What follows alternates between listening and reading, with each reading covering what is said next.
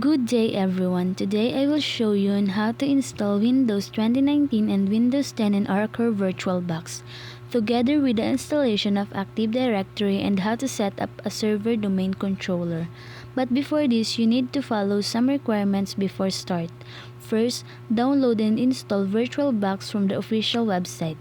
Second, get a copy of Windows Server 2019 ISO file and Windows 10.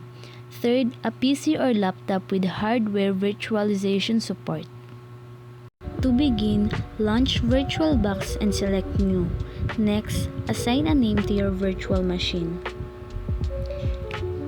Then ensure that you select Microsoft Windows as the type and Windows 64-bit as the version. Allocate memory RAM to your VirtualBox. Next, create a new virtual hard disk and click Finish. After you create your server, you can now create your client. When installing Windows 10, it is the same process of how to install Windows 2019, but you need to change the Microsoft Windows to Windows 10. Now we are going to open Windows Server 2019.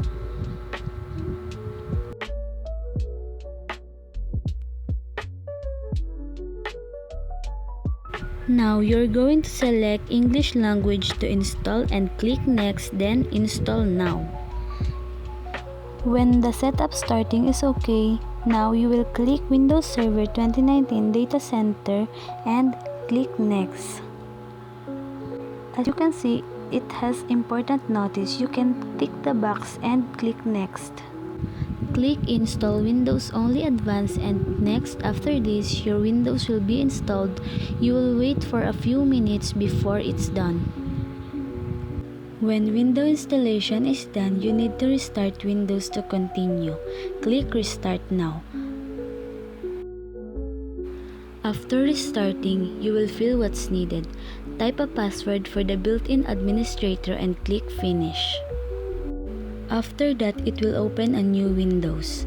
You should enter your password to access command prompt and others. In search bar, search command prompt and type ipconfig to locate your IP address. After locating your IP address, click Windows R and type ncpa.cpl, but always remember to change a network into bridge adapter to connect client and server.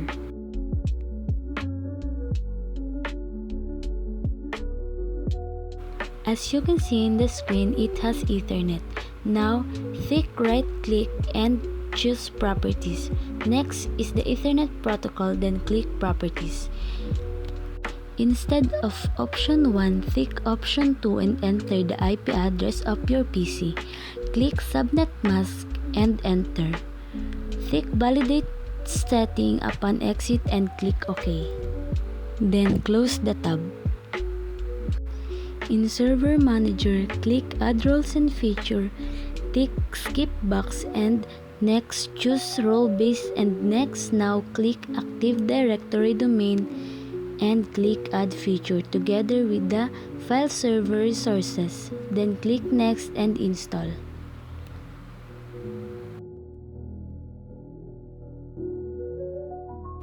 Now in Server Manager, click the flag icon with warning sign. Then you can see that this tab is for deployment configuration. From the option, choose a new forest and enter a root name, then click Next and input a new password. When it's done, the NetBIOS name will automatically and enter a root domain name, then click Next. Input a new password and click Next. When it's done, the NetBIOS name will automatically assign to the domain name. Click Next until you reach Install button.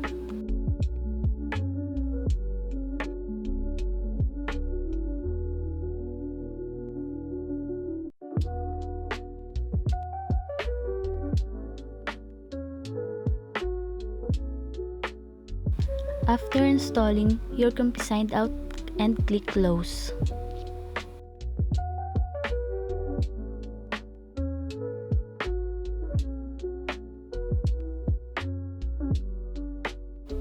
Now we are going to start client. click I don't have any product key and choose Windows 10 Pro. Then click Next. Then you will tick checkbox for the now and click Next. After this, it will directly install Windows. Wait until it finishes. After this, your Windows will be restored.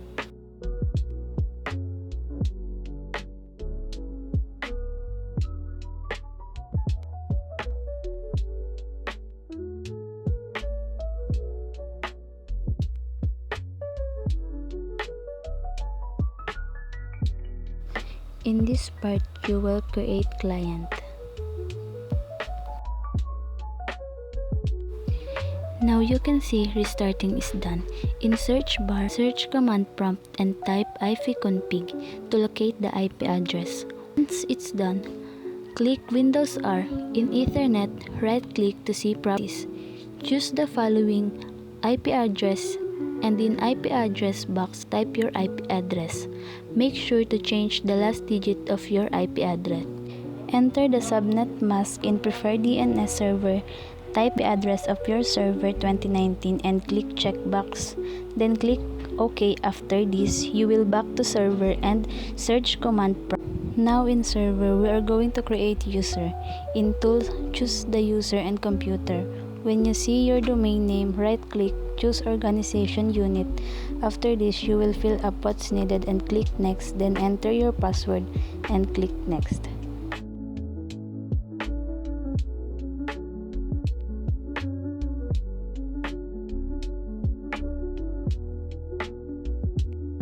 Now on client, in this pick, you need to rename your PC. Click in and enter your domain name, then click OK. Then you are going to fill up what's needed, your username and password, then click OK.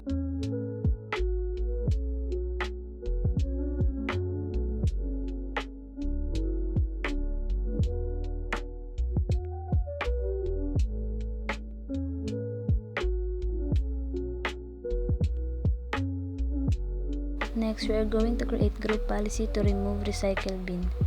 Now, click Windows and choose Windows and the group policy management. Right-click domain name and choose new organizational unit and then type test. Right-click test and choose type remove recycle bin from desktop. After this, right-click the link and edit and choose policy administrative template. Then click desktop and piliin na remove recycle bin from desktop at enable. Tapos i-apply, then click OK.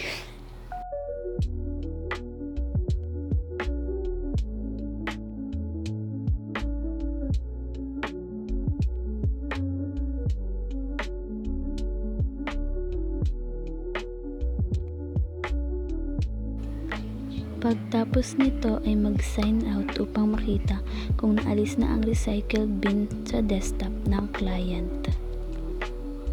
Dito ay gagawa na tayo ng FSRM. Pindutin ang quotas at ang create quota. Ngayon ay mag-browse at gumawa ng folder ng na-test. Then click OK at baguhin ang define custom at pindutin ang custom template. Pindutin ang browse at gumawa ulit tayo ng bagong folder na quota test. Then click OK.